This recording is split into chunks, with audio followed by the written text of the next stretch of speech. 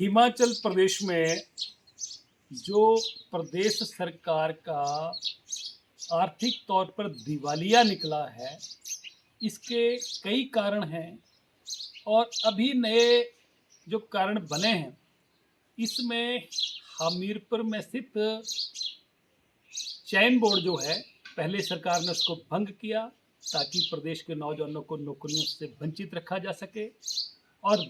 जब उसके बाद दोबारा से इसको पुनर्गठन इसका किया।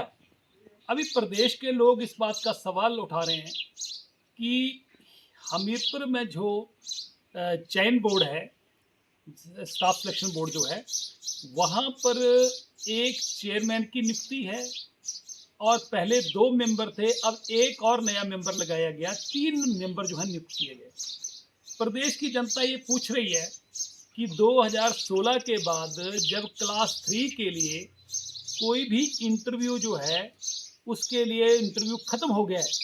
अब सिर्फ डॉक्यूमेंट चेक होते हैं। तो मेंबर्स और चेयरमैन का काम तो इंटरव्यू कंडक्ट करना होता है, इंटरव्यू में नंबर देना होता है। अब जब सबॉर्डिनेट सिलेक्शन बोर्ड के माध्यम से इंटरव्यू हो ही नहीं, वैसे तो सरकार नई पोस्टें निकाल नहीं रही है, एडवर्टाइज नहीं कर रही है, ना कोई रिटन एग्ज़ाम हो रहे हैं, पर तो उसके बावजूद भी 4 लोगों की यहाँ जो नियुक्ति हुई है, उसमें जो हाल ही में जो 4 दिन पहले जो नियुक्ति हुई है, उसमें एक रिटायर्ड प्रिंसिपल की नियुक्ति हुई है और सरकार का जो नोटिफिकेशन है, जिसमें चयन बोर्ड में, स्टाफ सिलेक्शन बोर्ड में जो है, वो मेंबर किस तरीके से लगना चाहिए, उसमें मिनिमम जो स्पेशल सेक्रेटरी है गवर्नमेंट ऑफ हिमाचल प्रदेश का, उसकी जो सैलरी ड्रॉन है,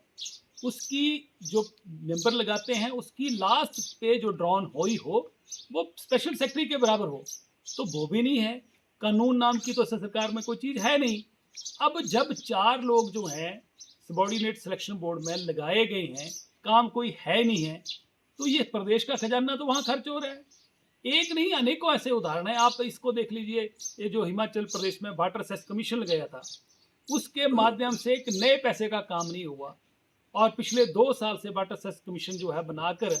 उसमें कितने मेंबर जो हैं उनको एडजस्ट किया गया है, कितनी उनकी सैलरी है, कितने उनके पर्क्स हैं, कितनी उनके गाड़ियों पे खर्चा है, कितना उनका रहने पे खर्चा है। आज पूरा हिमाचल प्रदेश इस बात को लेकर परेशान है कि पहली बार हिमाचल प्रदेश के इतिहास में लोगों ने ये भी देखा कि जो ट्रेजरी अस्पतालें लगा दिए गए और सरकार ने घोषणा करी कि 30 अप्रैल को सभी ठेकेदारों की पेमेंट हो जाएगी। किनकी पेमेंट हुई? शिमला से कुछ लोगों को टोकन जो है नंबर दिए गए कि भाई इस टोकन नंबर की पेमेंट करनी है, बाकी की कोई पेमेंट नहीं हुई।